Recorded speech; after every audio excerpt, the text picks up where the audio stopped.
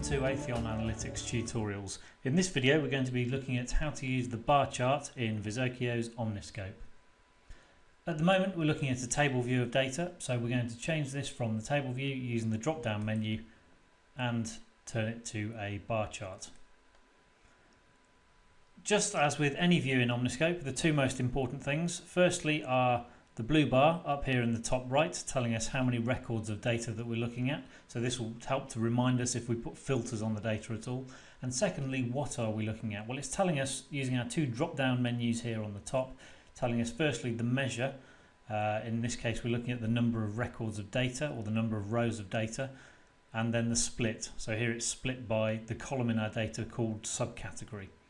So I'm going to start by changing this measure because I'm not really interested in the number of records of data available to me. So if I click on the drop down menu, and it will then give me a list of any measures, numerical values in my data.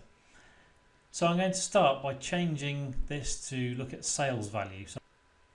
So I'm going to click on the word sales, and we can see now it's changed my selected measures here at the top from number of records to sales. So it's now showing me the different sales values aggregated by the column subcategory. If I want to add measures here, I can look at more than one measure at a time. So if I click the drop down menu again, and this time I'm going to leave sales selected, and then using the tick boxes add in the measure called units, so in this case volume sales. And we can see now at the top we've selected sales and units, and we can see now we have two bars for each split, so each subcategory in this case. And interestingly, in the split drop down menu it's now telling me I'm looking at the column subcategory, and then it says comma measures. So the measures in this case are our sales and units. And if I just click that drop down menu, we can see that we have the split by subcategory and measures.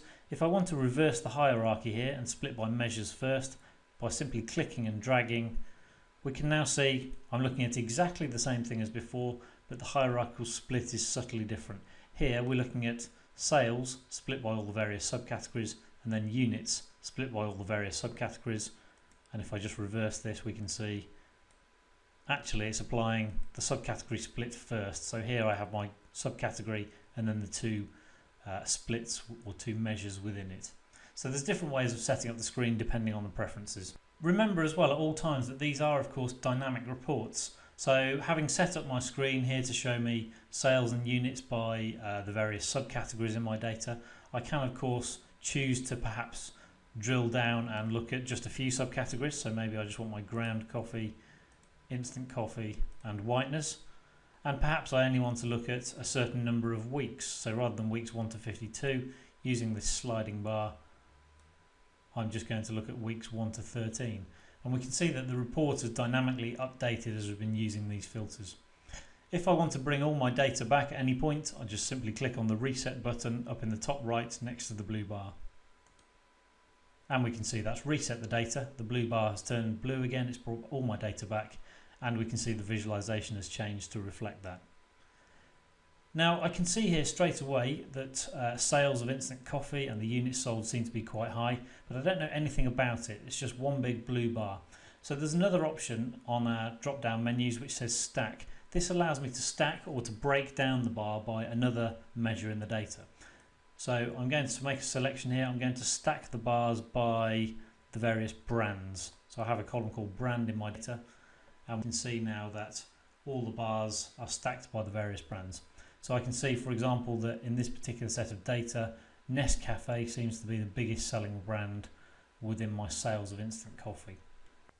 And then finally, we're going to have a look at some of the toolbar buttons across the top of the toolbars. I'm just going to reset this to a fairly simple bar chart, back to sales by subcategory again. And up at the top here, we have a number of different tools. So some of them, very simply, if we want to order the bars highest to lowest, we can order them highest to lowest, lowest to highest, or back to their original order. We can put the bar chart through 90 degrees. We can do waterfall charts. And if we have if we have a stack on the bar chart, so such as Let's do pack type in here, the various pack types. If we want to look at percentage breakdowns as well as actual breakdowns, then using 100% bars allows us to look at the percentage breakdowns of each bar. There is, of course, a lot more we can do with bar charts, so such as year-on-year annual trending here. We're looking at sales by week. We can drill in by subcategory and so on. Or we can look at trends that are arising. So here I'm going to investigate this trend and try and drill down and see what's driving it. Through to we can look at relationships between various bits of data. So here I'm looking at two bar charts by pack and by flavour type, and by clicking on one, making a selection, we can see in the other bar chart where that data resides, or we can of course do it the other way around.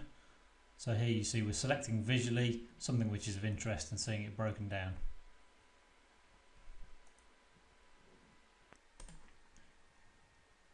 And in this bar chart we're using the bar chart itself to spot patterns and trends, and using the mouse drill down by making a selection and seeing that bit of data broken down in other visualizations such as the pie chart and the pivot table.